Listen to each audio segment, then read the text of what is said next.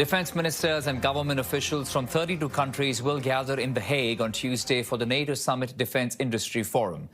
Defense and security was also one of the key focuses of discussions when world leaders met in Alberta for the G7 this past week. NATO Secretary Mark Rutte was invited to the summit as a special guest. Rutte said he was pleased with Prime Minister Mark Carney's announcement of a plan to bring Canada to 2% spending of GDP on defence by the end of the current fiscal year. Really thank you for doing this and the leadership you provide. I also want to say that the fact that you decided to bring Canada to the 2% spending when it comes to NATO this year is really fantastic. It's widely expected that world leaders will vote to raise the defense spending threshold to 3.25% of GDPs at next week's meeting. US President Trump is pushing allies to commit to spending 5%. Rutte says he's fairly confident Canada will be able to meet the alliance's higher defense spending target and that increasing the target to make spending more equal to the US would help build a stronger alliance. Let's now invite Jim Townsend, former Deputy Assistant Secretary of Defense and European and NATO Policy. Good evening and thanks for your time. It's great to be here. Thank you. So as leaders gather at The Hague for the summit, Europe is hoping to avoid a row with Trump and looking to keep him happy. How do you think all of that is going to play out at the summit? Well, that's a great question. Everyone's holding their breath. But I think for this summit, there's some good news there. And it's along the lines of the Canadian news about the 2%, which is just a great news for all of us here.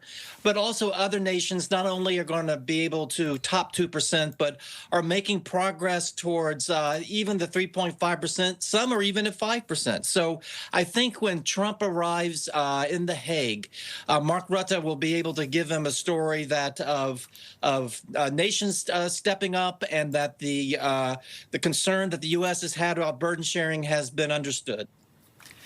Trump, as we know, is not a big fan of multilateral alliances. He has been critical of NATO. Apparently, I'm reading somewhere that the main discussion amongst these leaders will only last just about 3 hours or a little more, and the statement is also being reduced as the president wants it. What does all of that really tell you? Well, I think it tells you that unlike in years past, and I worked at NATO for 4 years and have been around NATO for even longer than that, these meetings can be very, very tiring, and they take a long time, and they make everyone grumpy. So I think what we're seeing here is not just to try to make something that avoids antagonizing Trump, if you will, but also is streamlining the alliance in terms of how nations have their heads of state and government meet, how they go about their discussions, and how do they become, frankly, more sleek than they've been in the past. But I think a lot of this was driven by Trump and trying to make sure that nothing happened during the summit that might spin him off the rails. Right. Jim, you did speak about nations who are reaching that 2% target. Some are looking at 3.25. Those that are closer to Russia are looking at 5% as well. But there are those, for example, like Spain, that is asking for exemption from this new pledge of 5%. My question to you being, with Trump at the table, do you think it's a possibility? And I guess I'm asking, do you see nations contributing equally to the cause by 2030? Well, you know, that's a great question, and that's being still debated even as we speak. I'm sure they're working right now in Brussels on the communique. That's going to be just a few paragraphs, but that's where the detail will be on how nations are going to go about raising their spending, what the timeline is going to be, and that type of thing. I think that all the allies are going to be given the same goal.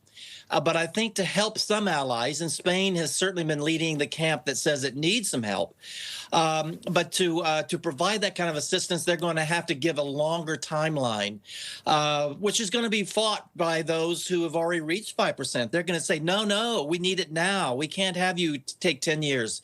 So they're debating that right now. They'll probably come up with a compromise. Maybe it'll be 7 years. But that's really where there's going to be some controversy leading up to the summit. We'll all be watching closely. Jim Townsend, former Deputy Assistant Secretary of Defense for European and NATO Policy. Appreciate your time, Jim. Thank you for joining us. Thank you.